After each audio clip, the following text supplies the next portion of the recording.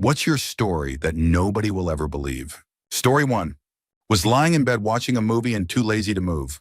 Saw a small, harmless spider drop down from a thread on the ceiling, obviously heading for the far side of my bed. Even if it wasn't venomous, I didn't want to share my bed with it, but also didn't want to move. Not thinking it would actually do anything, I reached out my arm towards it, still quite a few feet away, and started waving my fingers at it in annoyance. To my absolute surprise, it immediately stopped its descent and actually retracted back up its line while I was sitting there in shock. It took me a couple of seconds to realize that my hand must have looked like the most giant spider it had ever seen, standing on its back legs and waving the front 5 in the back off or I'll wreck you dance. Story 2. I was at a friend's off-grid cottage with our combined total of 16 dogs. It is a 1,200-acre property with over 2 kilometers of basically off-roading to get to the cottage itself, with very poor cell reception. We were out for a romp in the woods to take out a problem beaver dam, which diverted a river from draining into the lake and flooded the road instead. So the dam was absolutely massive, like a good 20-foot drop on one side. We finally got through enough that water started pouring through, and my friend realized her key fob was missing. Cue massive panic. The other key fob was over a 3-hour drive away. One of her dogs that was up on the dam with us stuck his head into the moving water and pulled out the key fob. Had we not both witnessed it, we would never have believed each other, and trying to tell other people what happened, with both of us able to tell the same story, is still met with disbelief. Story 3. When I was 8 years old and my sister was 7, we both had the same dream and ended up sleepwalking together in the night out into the middle of the road. Let me give you some backstory. Earlier that day, we had new neighbors move into the house behind us. They had 2 daughters around our age that we quickly made friends with. Well, that night, my sister and I both dreamt we were running in a field full of sunflowers, picking them for our new friends. I felt so happy and carefree in the dream, and I could see my little sister running alongside me, also picking sunflowers. When we woke up, my mom and our neighbors were there telling us that we had both been sleepwalking around outside together, holding hands, and were about to walk into the middle of the street when our neighbors, not the ones we had just met, who had just got home, spotted us. The wife ran to grab us, while the husband ran inside his house to get his gun before going into our house to check on my mom.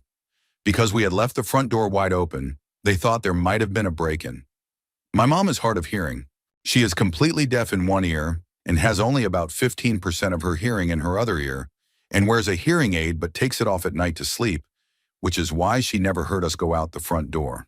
Anyways, after we realized what had happened, we talked about everything and literally recalled all of the same details and remembered seeing each other in our dreams. It's now been 20 years and we still remember everything the same and stick by our memories of that night. I'm just grateful to our neighbors because who knows what would have happened if they hadn't noticed us. Story 4. When I was a kid, 10, I went to the library with my sister, 12, and my mom. My sister and I were doing the usual, walking up and down the rows of books, finding whatever. Eventually, we split ways, and a while later I found my mom and asked her where my sister was. She hadn't seen her, so we started looking in the last area I saw her. She wasn't there. We went to another section. Nope. The next section, nothing. We went to the other side of the library. Nothing. We checked the bathrooms outside the doors and did another lap around the library. Still nothing. We asked the library staff if they had seen her, and they hadn't, but they agreed to start looking.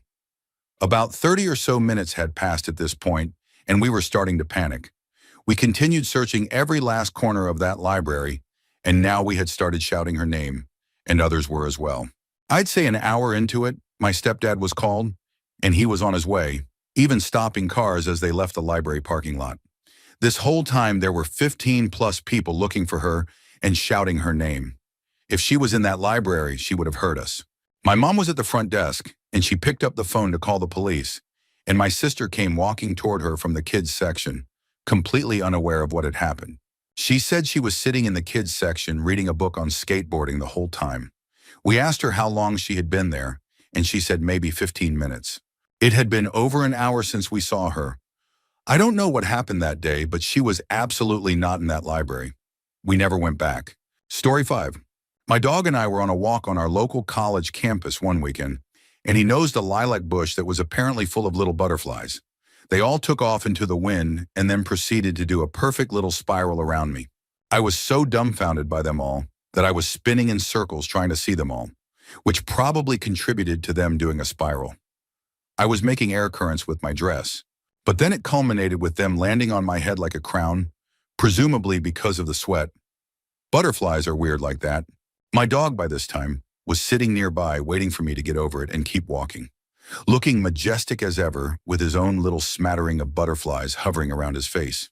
It was wild enough on its own, but then I heard this shuffling and vague gasping sound, and I looked in time to see that there was some guy walking by a ways away who had apparently tripped over his own feet from staring. From his perspective, it must have been surreal. I was wearing this fluffy, billowy red dress because I'd just gotten back from church, and I always walked my dog barefoot to make sure I never took him on surfaces that were too hot during the warm weather. My dog was this enormous wolf-looking husky mix, and at the time I had longish hair. So for all he knows, he walked out of the library and saw a legit Disney princess in a cloud of butterflies with a giant wolf standing guard. It was the most ethereal and fancy I've ever felt, even without knowing there was a witness. I mean, a cloud of butterflies materialized from a lilac bush to form a living crown. It was breathtaking. Story 6. Back in my drug days, I was at a meth cook's house, and he had just finished a batch a day or so before, and was going to try it by slamming it. He did the plunge, and about 3 seconds went by when I heard screaming coming from the cook room. I stood up and went to the room, and he's grabbing his arms and face, yelling loudly. He stood up and knocked a burner over, spilling some kind of liquid all over it, and it basically exploded half the room. He moved out of the way just enough to not get fully engulfed in the flames and only caught his pants area on fire. So I'm helping him move to the bathroom while 2 other guys are putting out the fire. Since he was a cook, he actually had multiple fire extinguishers in his cookroom. They were getting it surprisingly well. I got him in the shower and was running water all over him, but he kept saying he was on fire. All I could see was little bits of blood from his eyes, nose, and palms of his hands. His leg was kind of burnt, but nothing crazy. He kept screaming about being on fire, and I couldn't figure out what was happening. Hospital time. Turns out he cut his meth poorly, and it had lots of lye in his mix. It was seeping out of his pores, eyes, nose, mouth, and everywhere. He was in the hospital for almost a month, went to jail for a little over a year. The fire department still came for the fire and saw everything, and got completely sober after that. He now works as off-the-books help for a caretaker at a local park. Story 7. My friend and I were just sitting outside a 7-Eleven with some 40s and a packed hash pipe on St. Patrick's Day back in like '09 or '08. We were pretty loaded when this Ford Explorer came tearing around the corner like a bat out of hell. He sideswiped a whole row of parked cars which tore his bumper and a bunch of other stuff off his car. The dude stumbled out of his car, picked up as much of his broken car as he could, stuck it in the back, got back in his car, and took off. We were standing there, totally blown away, when less than a minute later a cop came tearing around the same corner. He asked us if we saw what happened, and we said yeah. Then he asked us to come with him to ID the guy. So we grabbed our 40s and the hash pipe and hopped in the back of the cruiser. I asked the cop if I could smoke a cigarette, and he said I could. So then I told him that because of my MMJ card, I could smoke cannabis anywhere I could smoke a cigarette. He just cracked the windows a bit as we hauled absolute ass down the main boulevard, roasting hash and chugging 40s the whole way. The Explorer was pulled over a couple of miles away. The cop pulled over and we all got out. Still smoking the hash, we gave our statements between puffs and swigs. They confirmed the story since the guy had his bumper in the back like we explained, and the paint transfer and everything matched the story. The cop dropped us back off at 7-Eleven, at which point we had to buy some more beer and pack another hash bowl. That was a crazy night. Story 8. Tina Fey visits the town I live in every few years because her husband's family lives here. Just a tiny town in Ohio. I was in high school when I learned this because a few classmates worked at Dairy Queen, and she would come in almost every day during their visit. I mentioned this to my best friend, and my bestie told me that her grandmother is actually close friends with Tina Fey's in-laws. Another story is something that happened to one of my teachers in high school. This happened in the mid-2000s. This teacher had an elective class to study song lyrics since he was really into music. Usually 10 students at most took this class every semester. They were analyzing lyrics from a John Mellencamp song, can't remember which since I heard this story 11 years ago, and ended up writing John a letter saying how much they really enjoyed the lyrics. A great surprise to the teacher in class was when John contacted the school. He was doing a show in a nearby city and came in the day before the concert to visit the teacher and students. He gave them tickets to his show for the following day, and they gave him a shirt with the school name and mascot on it. John wore the shirt during the entire concert.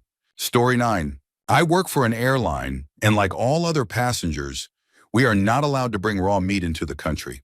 If you get caught smuggling, it's an official warning, plus a note in your dossier. The second time means losing your job.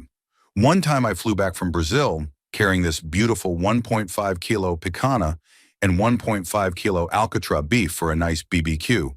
When we arrived at the airport, customs were waiting for us at the crew checkpoint. I wasn't the only one carrying beef. I stuffed the beef in my carry-on suitcase, and the co-pilot had his beef in his flight bag. The co-pilot walked up to the customs officer, and the officer asked, "Do you have anything to declare?" Stone cold, the co-pilot told him, "No." "Please put your suitcase in the X-ray, sir." The co-pilot put his suitcase in the X-ray, but held on to his flight bag. He walked around the machine, picked up his suitcase, thanked the officer, and walked on. He didn't get caught because he didn't put his flight bag in the machine. My turn. "Where do you come from and do you have anything to declare, sir?" "I arrived from Sao Paulo and have nothing to declare." "Okay, please put your luggage in the machine." At this point, I thought I could get away with it. The co-pilot did not have to put his flight bag in the machine, so I figured I wouldn't have to put my carry-on in either. I put my suitcase in the machine and started to walk around it. "Sir, did your carry-on come from another destination?" "No." "Then put it in the machine as well." I knew I was in trouble right then. 3 kilos of beef smuggled into the country. That would be an official reprimand plus a note on my dossier. It was too late to tell them I had beef in my carry-on at this point. I put my carry-on in the machine and walked around where the officer was watching the X-ray. I was waiting to see the 3 kilos of beef appear on the screen and get caught. At that moment, I heard a beer bottle cap sound go once, twice, even 3 times. The officer reached into his pocket and opened up his WhatsApp. At that moment, my carry-on scrolled across the screen, clearly showing the beef. The officer opened up a video on his phone and didn't even look up once. He started laughing and said, "You're good, have a nice day." I took my suitcase and carry-on and walked away slowly until I reached the corner and started to half run into the crew area, where I quickly said my goodbyes to the crew and went home. It was the best BBQ beef I have ever had in my whole life. Story 10. Once had a Shih Tzu that really wanted to see out of the lower window of the front door. The door was in a mudroom, behind an interior door as well. One day I saw the dog running in circles in the living room, picking up speed, and then ramming the interior door. Eventually the laminate started cracking. I came home another day, opened the interior door, and the dog greeted me, fully soaked. I didn't pay too much attention to anything and ran to see if he had jumped into the toilet. Everything looked fine and dry, but then I looked at the carpet in the living room and saw wood pieces all over the floor from the interior door. I thought dogs didn't sweat from their skin, but I couldn't explain why the dog was wet after having worked all day to destroy the door. He got reprimanded and the behavior stopped, until I came home another day to a wet dog. I immediately checked the floor and didn't find any wood. Checked the bathroom and it was fine. I closed the door and saw more destruction, at which point I noticed the carpet wasn't laying flat. I lifted it and found the wood pieces from the door underneath. He had moved the carpet, destroyed more of the door, then put the carpet back. The dog got reprimanded again, but a few days later he greeted me at the front door window. An entire foot of the bottom of the door had been systematically destroyed, and now he was happy. Story 11. My husband and I went away for a long weekend, fishing on the boat, camping, etc. We kept the boat out at my parents' farm because they had a big shed. On Monday, I realized that I had lost my wedding ring. It could have been so many places. I looked for it, obviously, but eventually came to the conclusion that it was gone forever, and I claimed insurance on it. Despite this, my mother claimed that it would come back to me and that my husband would be the one to find it. I thought she was nuts. Fast forward about 8 months later. The boat had been parked in another shed so my dad could use the original one for the tractor. My husband was helping him with some tractor task and came running back to the house, got down on one knee, and presented me with my ring. Turns out I had lost it cleaning the boat, and it had fallen into the mud where no one would ever find it. But then, When the mud dried out and the tractor drove over it countless times, it reappeared on the very day that my husband was there to find it, just as my mother had predicted. Story 12. I once snuck out in high school and had those doors that set off alarms if they're open when set that way, blah blah. So I had to sneak out of the basement window, which was an old school crank open window requiring removal of the screen and for the window to stay open the entire time I was out so that I could close it from the inside when I got home. I successfully snuck out of the house and got to my getaway car when I realized I didn't have my wallet, essential, and it had me turning around to do a quick in and out of the house I had just snuck out of 5 minutes previously. As soon as I was walking around the back of my house by my basement, the upstairs living room light turned on and I heard my parents moving around. Panicked, I rushed back inside, got the window closed, screen hidden, and snuck up the back staircase to my bedroom. My bed was obviously ruffled and the light was on, so I pretended to be asleep in my closet, hoping they hadn't looked there and I could get away with it. Long story short, I didn't. It just so happens that a stray dog found our singular open window in our house in the suburbs, went upstairs, and chose my parents to jump into bed with. So essentially, I would have gotten away with it if it weren't for that meddling dog. Story 13. I have a few stories, but this one gets the most eye rolls due to its religious nature. I was kayaking with my mom, a couple of siblings, and a family friend who's a Catholic priest. Father got caught in a fallen tree in a particularly swift part of the river and capsized. After he popped back up, he quickly exclaimed that he lost his glasses. We all got out of our kayaks and started searching. It wasn't a good idea because of the current, but he was nearly blind without his glasses. We searched for a solid 15 to 20 minutes with no success. We all figured that the glasses were hundreds of feet downriver by then, lost to us for good. Father sighed and said that before giving up, we should ask for St. Anthony's help, as he's the patron saint of lost things. We stood no more than 20 feet downriver of where Father capsized and prayed for St. Anthony's intercession.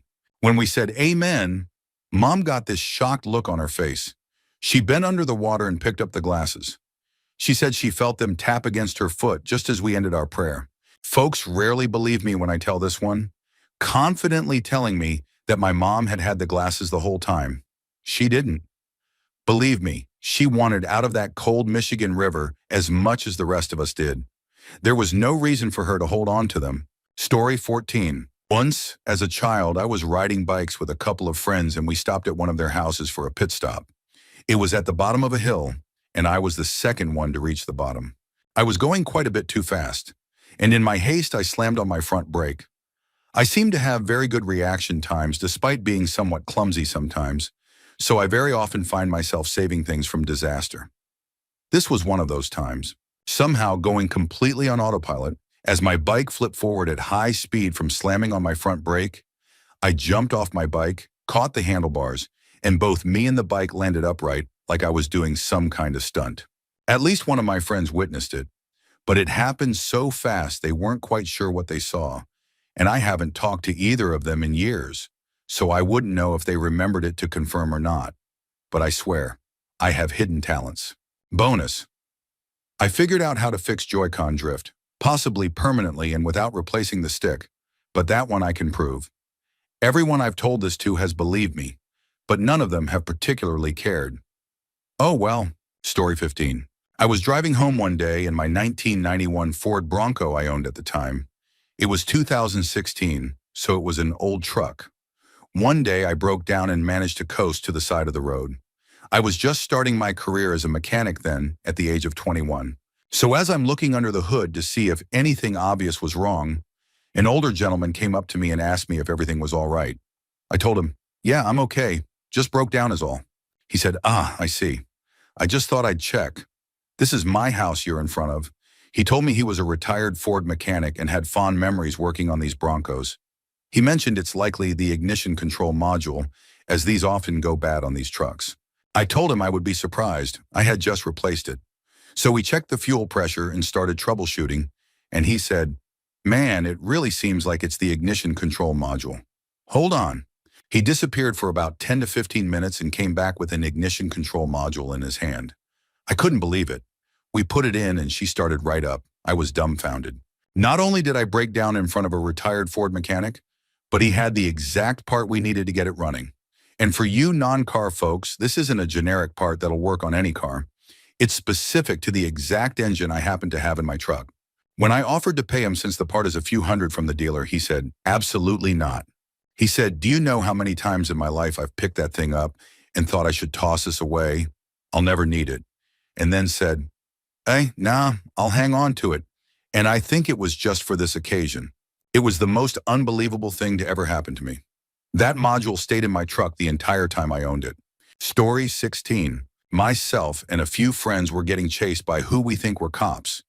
They were wearing plain clothes and we didn't see them come from a police car, but they yelled police late at night after knock and running on multiple houses in the same street. We ran through a park to try and lose them, but they stayed about 20 meters behind us the whole time. We ran through a gap between houses onto a street and turned down it. I was in front of my friends by about 5 meters, so I didn't see that they ducked in behind a house behind me. I ran about 4 houses further along but was completely exhausted, so I just went into the front yard of the house next to me and hid behind a car in the driveway. The 2 guys walked past 10 seconds later, saying things like, wow, they really thought we were cops and stuff like that to try and lure us out. They walked to the end of the dead-end street, turned around, and walked past me as a police car came around the corner with a flashlight out the window. The guys then jumped into the yard next to me and laid on the ground hiding behind a bush, and I could see them clearly. The cop car did a lap of the street slowly, then drove away. I then foolishly jumped up after 10 seconds and said, wow, you guys tricked us. Basically believing their story that they were just messing with us. Even though looking back, I wonder how that cop car knew to search that exact street at the exact time. Anyway, I looked into the yard next to mine, and they were gone. I was talking loudly as well, so if they were nearby hiding, they would have come out and busted me, but they were nowhere to be seen. I had 100% seen them hiding next to me, and they didn't jump into the cop car because I heard no doors open or close, and the car never went under 10 kilometers per hour while driving down the street. They didn't run behind the house they were hiding in front of because I was positioned behind them and would have easily seen if they got up and walked past me. They didn't run into the street because they would definitely have been seen by the car and myself. I looked around that street for 5 minutes, but my friends had already jumped the back fence of the house they were behind and assumed I'd done the same, and I didn't even know specifically which house they were behind. Then 5 minutes later, I heard people talking from pretty far away. I was standing next to a house covered by darkness, but it was the 2 guys who had chased us, walking down the street where the cop car had come from, about 150 meters away. I sat there amazed because, before that, I assumed they must have somehow snuck behind the house they were hiding in front of, which would have led right back to the park where they first appeared and started chasing us from, but this was the complete opposite direction. It wouldn't make sense to go that far only to walk back to where you came from on the exact same path just 5 minutes later. They walked past me as I was hiding, just talking and laughing, but not saying anything about what had just happened. I explained to my friends later how they just vanished from the yard next to me and reappeared 5 minutes later with no explanation possible, and they just said, wow, that's crazy, but I know it's just because they didn't want to be rude and say I'm crazy. Story 17. Probably late here, but I have a few. I've always been surrounded by famous people from my country. One of the famous sports persons lives on my street. They have a very lovely dog and are very kind. Also, a guy on the same street has the same name as our president. I never saw him, but their house looks pretty expensive, and they have security cameras everywhere. So who knows? My mom is good friends with a famous skier because when his wife was giving birth, they were in the same room with my mom, who was giving birth to me. My dad's high school friends formed a band that is pretty well known in the country. I see them a couple of times a year when they go out drinking with my dad. Also, my dad knows a lot of other famous people because he is a plumber and has a lot of contacts. I remember when I was little, I drew a lot and my dad was proud of me. So he always showed these famous politicians and sports figures my drawings, even though they were pretty bad. Huge confidence boost though. Also, around 2 years ago, we formed a band. I'm the bassist. And on New Year's Eve, we wanted to make our first gig. We invited 2 good friends, but like 8 other people came, mostly our moms and dads. And there was a guy we didn't know. Turns out he was a singer and music producer. Story 18. My mom says I have a special gift because when I really wish for something, it happens. Situation 1. She was driving, and I was with her in the car. When she was about to turn left onto another street, she didn't slow down. She just merged super fast. And I jokingly said, "Hey, we need a police officer here to stop this lady. She's not driving properly." And I kid you not, a few streets down the road, a patrol car appeared out of nowhere. We didn't think anything about it. But as soon as she drove, at a proper speed, past him, he started driving behind us. He ended up stopping her a little farther ahead, and I was like, "Oh no," thinking we were in trouble. The officer asked where we were going, and she said home. He asked where we lived, and we literally were 2 streets away from home. He just said, "Okay, go home, but check your lights. One isn't working properly." In that area, you almost never see an officer, so how come right when I jokingly asked for one, he showed up? Story 19. This one time, my mom was about to go get groceries on her bicycle, and as she was about to leave, she realized she forgot the cloth bag she always uses to carry everything. So she shouted at me to go get it for her.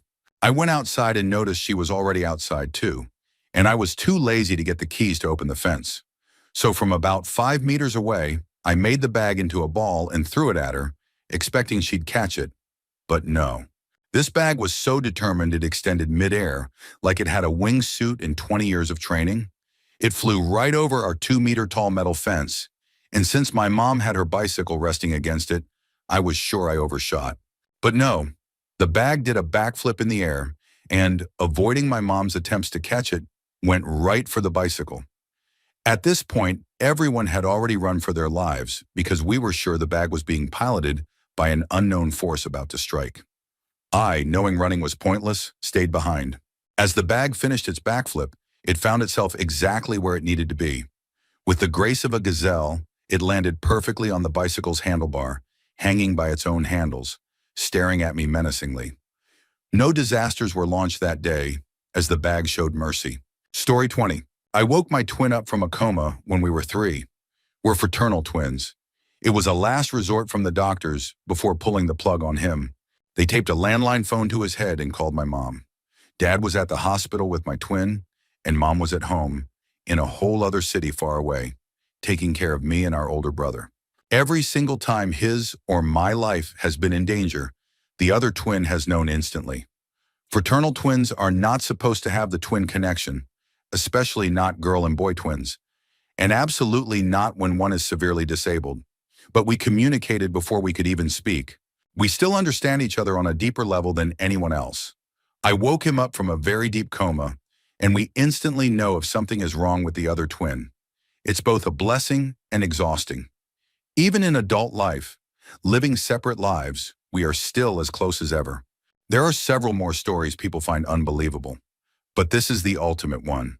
They always have to ask our parents for proof.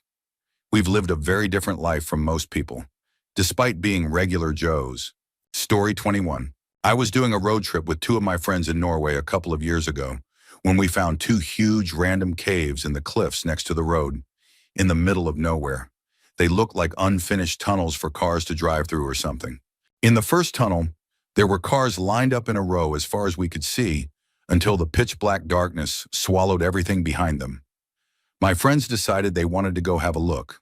They made a video of it, and I swear it's perfect horror movie material. They found matches and even opened the trunk of one of the cars, wondering if this was the only car without something, or someone, creepy inside. In the second tunnel, we found an old caravan with clothes and shoes lying around everywhere. They decided to pick which clothes they wanted to take with us. They didn't look too shabby, so I assumed they hadn't been there for too long. It was creepy. When we went back to the car, a truck had parked at the same turnout, and a guy came out taking pictures of our car. He explained that these were his caves, and just happened to show up at the exact same time we were there. He said people used to litter all over them. Poor guy, so we just left. After a couple minutes of driving, we stopped by the road and asked ourselves, did that really just happen? I was too scared to actually follow my friends deep into the darkness. So if this had turned into a real horror movie, I would have been the one girl who ran away and tried to tell everyone what happened. But nobody would believe me. Oh, and did I mention it was raining the whole time? Story 22. I was once on a bus ride that ended up having so many wild things happen that I was glad my friend was with me, or nobody would have believed it. First, we had George. He was a middle-aged man with what looked like his brand-new mail-order wife. He was trying to be all lovey-dovey, and she was initially kind of okay with it, but eventually just tried to mind her own business. The bus was almost at max capacity when we left the terminal. The first stop had a few people get on and fill the remaining seats, including a super drunk guy who sat about 3 rows in front of us. The second stop had a small group of girls get on who must have been out celebrating one of their birthdays. They clearly had a few drinks in them, but were not as tanked as the super drunk guy. They were forced to stand since all seats were taken. Eventually, one girl asked George if it would be okay if she sat or leaned on the armrest of his seat. George said, "You can sit on my lap instead," like an absolute creep, and drunk girl sat on his lap. Then there was a woman at the front of the bus who started screaming, "Oh my God, that's disgusting. Are you serious? And you're not even going to say anything?" At the super drunk guy who had just had some kind of vomit, cheer, burp, cough thing and spattered bits of puke in a forward angle that hit the woman diagonally across from him. There were bits on her arm, in her hair, and on her book. She stormed off at the next stop. Meanwhile, George was having a flirty conversation with the drunk girl on his lap. He was being, not overt, but definitely creepy. "Oh, really? Then you're about the same age as my daughter." She was drunk, so she went along with it. A few stops later, the drunk girls and the super drunk guy got off the bus. George then started trying to get all kissy with his wife, her date beside him, who kept saying no and stopped multiple times. A guy behind us piped up with, "She said no, buddy. Leave her alone." And George started cussing at him. Things settled down a bit, but it stayed tense. At the next stop, George and his date were about to leave. Now all the women on the bus were standing up and telling her not to go with him because he clearly wasn't respecting her. More shouting erupted. George tried to square up to a dude half his age and built like a brick wall. A fight nearly broke out, and George ended up getting shoved and falling into my friend's lap. He had the aisle seat. My friend just put his arm across George like a seatbelt so he couldn't get up.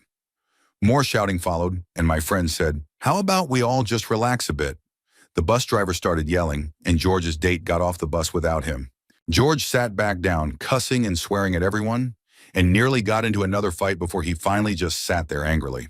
About 20 minutes later, he spoke up in a much more reasonable tone. "You know, I appreciate what you guys did without knowing any context.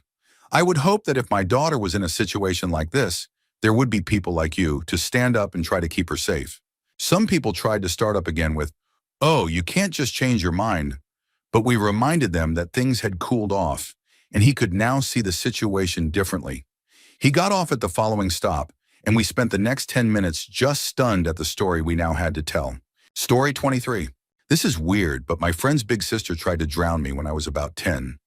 Me, my friend, and her sister were swimming in a big lake with their mom watching us. There were about 8 to 10 other people swimming too. I was playing with my friend when her sister suddenly came up to me and, for no reason, took hold of my head and pushed me underwater. She held me there for about 20 seconds, and I was starting to panic. Then she just let me go and walked away. I don't understand how no one saw her do it. My friend never mentioned it. Her mom, who was supposed to be watching us, didn't notice, and neither did any of the people around us. I was scared to tell anyone because no one ever said anything, and I hadn't experienced anything that scary before. A year or so later, it was summer again, and we were going swimming, but I stayed on the beach. When asked about it, I said I wasn't going swimming if her sister was there, because last summer she tried to drown me. Everyone, including the sister, was confused about what I was talking about.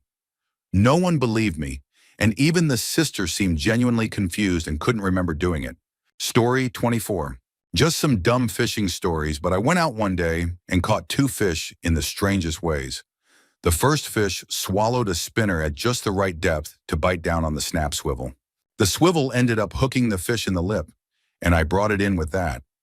I have no clue how or what happened, but the spinner came off the snap swivel completely, and yet the fish stayed hooked on the snap swivel. I had a heck of a time getting the spinner back. An hour or so later, I was using a popper and hooked another fish. It was fighting really well until it jumped, and then my line suddenly got incredibly heavy. Turns out, when the fish jumped, its tail caught the other hook set, and it ended up hooked in both the mouth and the tail. It came in looking like a donut. I was terrified to unhook it, thinking it would start thrashing the second it could, but nope, it just unrolled itself, and let me unhook it calmly. Then it swam off like nothing happened. Never had anything like either of those things happen before or since. Both on the same trip. Story 25. Okay, this story actually happened. Every Tuesday, I think, my class was going to a public sports place. It was pretty big. It had a pool and a handball court where we would do PE. I really didn't like going there, especially when we were going to the pool a year before. Off topic, but it had a giant water slide. Because I didn't like going to the showers and seeing a naked man. But one day after normal training, my best friend and I were the last people still changing back into our normal clothes. The changing room was connected to another changing room. This will be important later.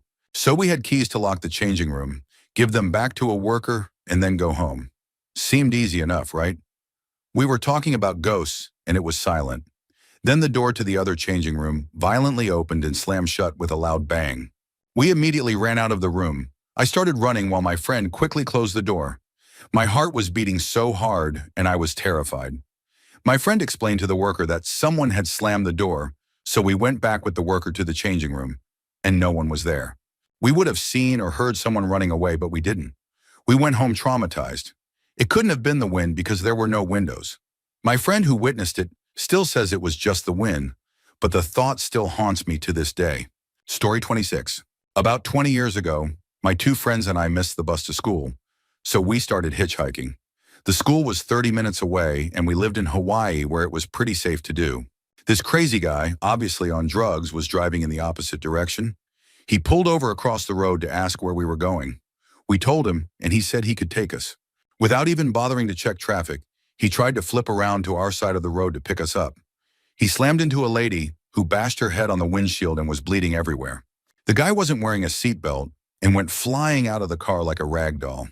The drugs must have been crazy good because he hopped up, got back into the car, despite one wheel being nearly sideways and the gas tank leaking, while we screamed that he was going to blow himself up, and managed to get the car off the road. Then he reached into the back seat, pulled out a brown paper bag, took out a bento, Hawaiian-style lunchbox, and started eating. The police came. We told them what happened, and luckily another friend driving to school saw us, picked us up, and we spent the rest of the day telling the entire high school about what happened that morning. Story 27. My whole life story, I was born to an abusive father and a narcissistic mother. My father abandoned us, and my mother remarried. My first memories are of my stepbrother's funeral after he drowned in a neighbor's pool. I was adopted by my stepfather. I've survived 3 house fires. As an adult, one of my roommates caught another roommate using my PC to download illegal material. After the offending roommate was caught, he went to the police and claimed he had just found it. The ensuing legal battle took over a year and cost me my career and my significant other at the time. Even after I was exonerated, I was still treated with massive stigma and forced to move back in with my parents. The guy who actually did it was never investigated because he had family members in the local government and police forces, so it was all ultimately swept under the rug. I've been stalked twice by different people. I met a woman online who would end up becoming my wife, and I moved 3,500 miles from home to make it work. We now have a 2-year-old of our own, only to find out less than 3 years after moving to a new continent that my dad was diagnosed with leukemia and stage 4 bone cancer. My narcissistic mother has spent the last few months he's been in treatment, complaining about how it affects her Caribbean cruises and casino trips. Story 28. My wife and I drove through a rainbow in Oregon about 6 years ago. I know. As I understand the science, that doesn't happen. Except that it did. And before anyone suggests it, yes, we were in Oregon. But no, there were no drugs involved. We were on the freeway with several other cars just after it rained. In the middle distance, there was a rainbow. It appeared to be getting closer. Not in any way that seemed abnormal, but it was noticeable. A few seconds later, after we got even closer, the outline of the bow started to disappear. Suddenly, and only for a second, we noticed subtle hues of the color spectrum right in front of the car, stretched across the highway. My wife and I looked at each other like, what just happened? We were really excited and equally confused, even texting a friend about it. However, a few minutes later, we kind of forgot about it and focused on the drive. Fast forward a couple of days to telling some friends about it. They were adamant that what we thought we saw was physically impossible, even explaining why science says you can't drive through or even get near a rainbow. But again, it happened to us.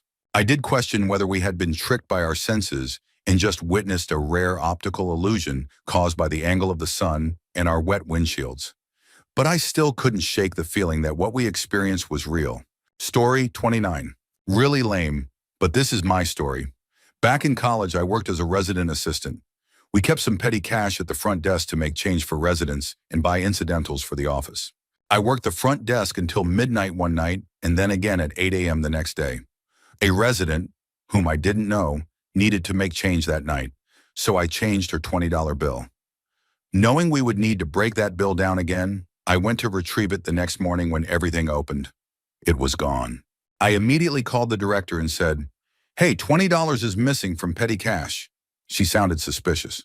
It made sense to me that she would. 7 people on staff, and we all had keys to the office. Well, I had done my part by reporting it and didn't give it another thought. It was not my job to investigate the staff. Suddenly, a couple of weeks later, our staff was called in for a meeting with the head of campus housing. He gave a vague and general speech about how the college stands for honesty and integrity before bringing up the theft. Everyone on the staff turned to look at me as I realized he wasn't addressing all of us. He was speaking directly to me. Somehow, everyone assumed I had stolen the money because I was the one who reported it. They then all took turns providing evidence that I was guilty. She needs it more than we do. Or once she borrowed quarters for laundry and hasn't paid it back yet. Or worst of all, how else would she have known exactly how much was missing? I was shocked, hurt, and no matter what I said or did, they didn't believe me. Nothing came of it beyond that meeting, thankfully. But that was enough for me. It's been 17 years and I'm still bitter. Story 30. I've shared it before, but my ex had hermit crabs for pets. If you don't know, they love walking around in water and keeping water in their shells. No matter how tidily you might set it up, they will almost always dirty the water, and it needs regular changing. One morning I noticed one of the hermit crabs had climbed to the top of the tallest piece of decor in the tank, facing us in the apartment, waving one claw back and forth. I had never seen this kind of behavior before, so I watched for a bit as it just kept waving the claw back and forth. Eventually I got closer to see what was going on. I didn't really notice anything above the crab that might have caught its interest, but I did notice that the water was dirty.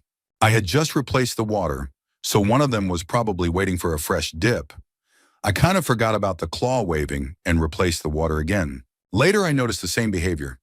Based on the shell, I'm pretty sure it was the same crab, atop the decorations, facing us on the couch, waving one claw back and forth. I went to check again because, seriously, what was going on? This time I was distracted by an overturned bowl, but still recognized the pattern. I eventually started calling this one crab the senator. Every now and then, it would climb up and do its little wave at us, and we would find something amiss in the tank. It was handy because no matter how diligent you are, there's always a chance a pet is going to make a mess. The senator was on top of signaling to us as soon as something was wrong. I also like to think about how weird it must have been for that crab, just stress dancing your cares away, and this giant hand swoops in to fix everything. Story 31. Many years ago, 2 of my friends and I were hanging out at the mall, trying to figure out a way to get a ride a few towns over to buy weed. A kid a few years younger than us, who followed us around and hung out with us, chimed in and said, "I can get my grandmother to take us." At first, this obviously sounded like a dumb idea. Get this kid's grandmother to drive us to the part of a town where you could easily buy weed from someone hanging out in front of a house. But the idea also sounded so funny that I had to encourage it. So I led the charge and said, "Hell yeah, give her a call." He used the payphone and called her up, asking if she could bring us to pick up a friend a few towns over. A few minutes later, this old woman, probably in her 70s, pulled up in front of the mall in this early 80s import station wagon. The 4 of us piled in, the kid up front with grandma, and the 3 of us crammed in the back seat. My friend Bob started giving directions. Along the way, the kid up front was telling grandma this story about how our friend had just flown back into town and needed a ride to the mall. The whole trip, we were trying hard not to laugh at how insane the situation seemed. As we pulled into Weed Town and started heading down the street, Bob rolled down the window and called out to a group of people standing in front of a house. "Weed?" They said, "No, man, down the street." So Bob told Grandma it was a few houses down. At this point, the kid chimed in and told Grandma, "We call him Weed because one time he gave his girlfriend flowers, but they were just a bunch of weeds. So that's how he got the nickname." As soon as he finished the sentence, Bob called out to the next group of people. "Weed," they called back. "Yeah, I got you." So Bob said, "Stop here. I'll go get him." He jumped out of the car, bought the weed, and hopped back in, saying, "Oh man, he already got a ride to the mall. He's back there waiting for us." The kid apologized to Grandma. "Sorry, Grandma, can you bring us back to the mall?" She happily said yes, and off we went. We got back to the mall and got high. I've told the story a million times, and I'm not sure anybody believes it. Story 32. I worked a boring data entry temp job at a car recycling plant, like they crushed up old cars, for about 1 week. I basically just had to create digital records of their old handwritten forms, going through giant piles of old records, manually typing in names and numbers. I started going absolutely crazy from boredom after about 4 days and started to write a horror story about a kid who worked at a car recycling plant and started noticing weird things happening after finding a death certificate mixed in with the records. Eventually, he would realize the big warehouse where all the cars were being dropped was actually housing a giant monster, and the monster would eat the cars, which were also filled with dead bodies. Anyway, no joke, one day after I started writing that story, I found a death certificate mixed in with the recycling records. It was one of those moments where I just stared at it thinking, this can't be real. But at the same time, it was right there in my hands. I still have it at home, at my mom's house in my old room. The next day, I walked out of that job a couple of hours early because I just couldn't stand doing data entry anymore. I was like 17 years old and just didn't care. Then got a call from the temp agency saying I was fired. So I never figured out if there was a monster in their warehouse or not. Story 33. Okay, this is going to sound crazy. And before I tell this, let me clarify that I was sober when this happened. A couple of years ago, I went to pick up a friend because we were going to hang out. I got to her house, and the way her house is set up, you have to walk past her kitchen window to reach her door. As I was walking past the window, I looked inside and saw her mom. Her hair was wet, and she was wearing a green sweater. This is important for later. We locked eyes, and she nodded her head up, like, "What's up?" And I nodded back. She continued walking towards the door, and on the side of her door are these little windows. I peeked through them because I assumed she was about to come open it, but she just walked right by. I thought that was weird, so I walked back over to the kitchen window and saw my friend, who was not previously there when I had just walked by. I didn't think much of it. I assumed she had just entered the room. I waved to her and got her attention, and she came to open the door. We chatted for a second, and then her mom came over to say hi, her hair still wet and still wearing that sweater. I said, "Hey, I saw you walk by the door. I thought you were going to open it, but you just walked right by?" She looked at me confused and said, "What are you talking about?" "I just got out of the shower and have been in the bathroom for the past 15 minutes. The bathroom is on the left of the front door, while the kitchen is on the right, so you have to pass the door to get there," making it even more confusing.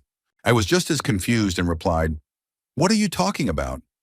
We just saw each other through the kitchen window. We locked eyes and nodded at each other. My friend said, "I was the only one in the kitchen, and no one has come in or out of there in a while. I thought they were messing with me, but they were dead serious, and they're not the type to let a joke go on like that." I have never been so confused in my life. I know I didn't just imagine it. How could I have imagined exactly how her mom looked at that moment, with wet hair and the same shirt? She still thinks my brain tricked me, but I know what I saw. It was way too clear and way too real. Definitely a glitch in the matrix. Story 34. I'm a happily married man now. But back in high school, I was a solid 4 out of 10 nerd. This story comes from my high school perspective, not my married man perspective. Anyway, a mostly popular girl was having a graduation party at a drive-in movie theater and invited me, along with most of the graduating class. She was fairly popular, especially in the band world. She was on the color guard and a solid 8+. Her friends were easily in the same hotness range. I barely knew her, but we had calculus together, and I had been invited to maybe 3 graduation parties total, so I went. Only about 5 people showed up. It was crazy because she was way more popular than that. Maybe someone else more popular was having a party at the same time. I'll never know.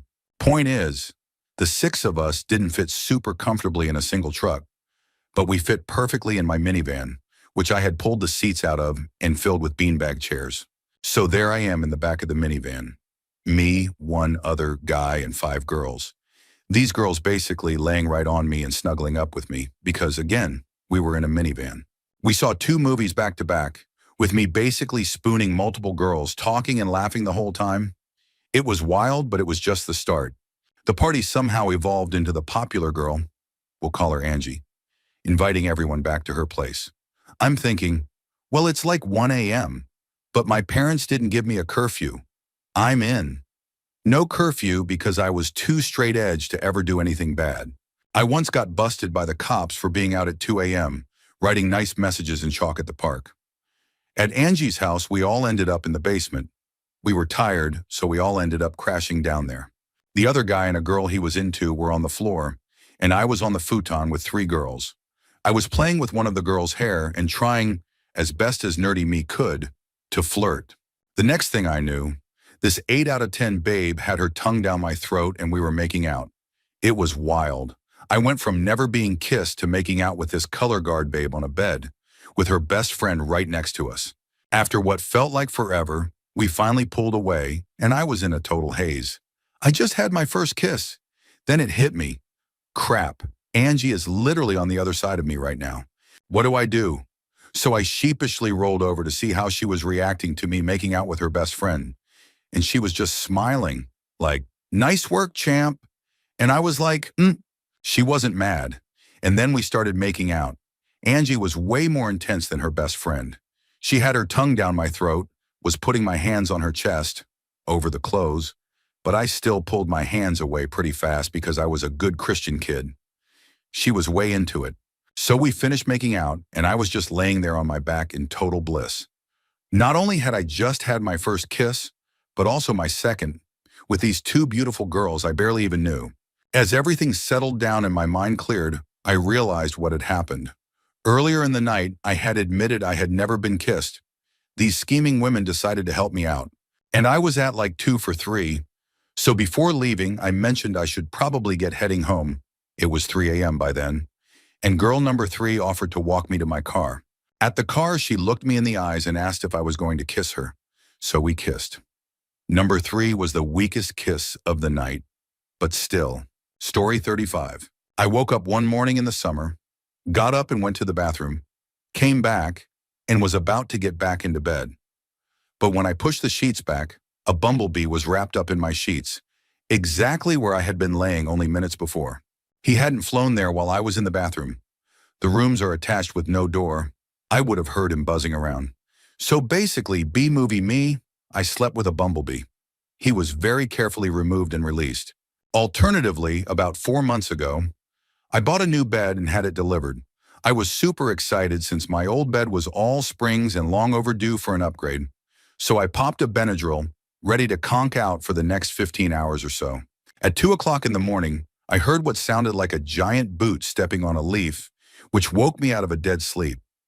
I rolled over, turned on the little lamp next to my bed, and looked down at the ground. And right there, staring back at me, was a frog, roughly the size of a computer mouse, a fairly good-sized lad. Again, I was on an allergy pill, so I grabbed my phone and made a Snapchat video because I was like, this cannot be happening. The frog sat very nicely for the video. I still have it on my phone. The instant I stood up, he hopped under my bed. It turned into an hour-long game of cat and mouse with a very crafty frog until I finally captured him under a bowl. Very carefully, I made it through several closed doors of my shared house, with no pants and no shoes, to let him outside. It was torrentially downpouring. Now completely soaked from head to toe, I slipped and fell on the tile inside the front door and sprained my knee. Story 36. For decades, people have accidentally called me Josh. This is not anywhere close to my real name. From people I have just met to teachers, friends, co-workers, and even family members. It started happening when I was a teenager and was most frequent in my 20s and early 30s. Now it only happens once every month or two. When we were first married, my wife didn't believe me until she saw it happen several times.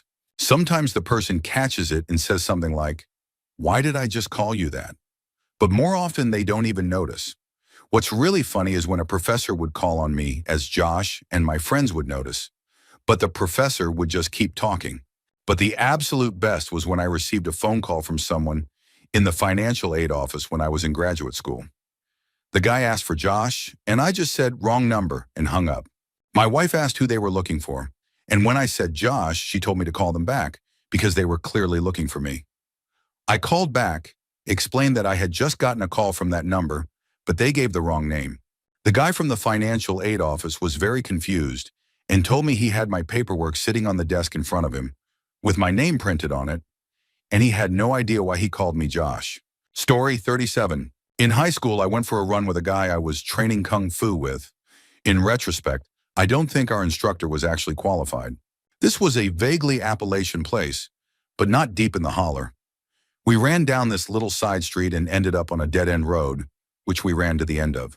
The last house had a chain-link fence, and somehow the gate wasn't secured. About 8 to 12 chihuahuas came barreling out of the yard, headed straight for our ankles. You know those scenes where Jackie Chan's uncle makes him jump on all the pots and crockery, and he keeps knocking them over and moving them? Yeah, valid training, added to our regimen immediately after.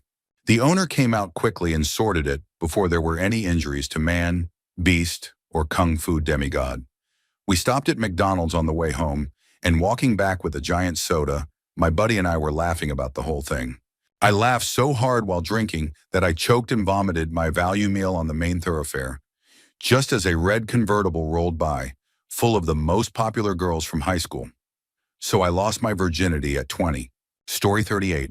In 1999, Flea from the band Red Hot Chili Peppers held my girlfriend's hair up while she puked on a sidewalk, and then signed her chest. My girlfriend and I had gotten drunk one night and somehow ended up walking down a sidewalk through a random neighborhood in Daytona Beach, Florida. The neighborhood was practically dead, no cars or people around, when all of a sudden a van pulled past us and parked about 20 feet ahead of where we were walking.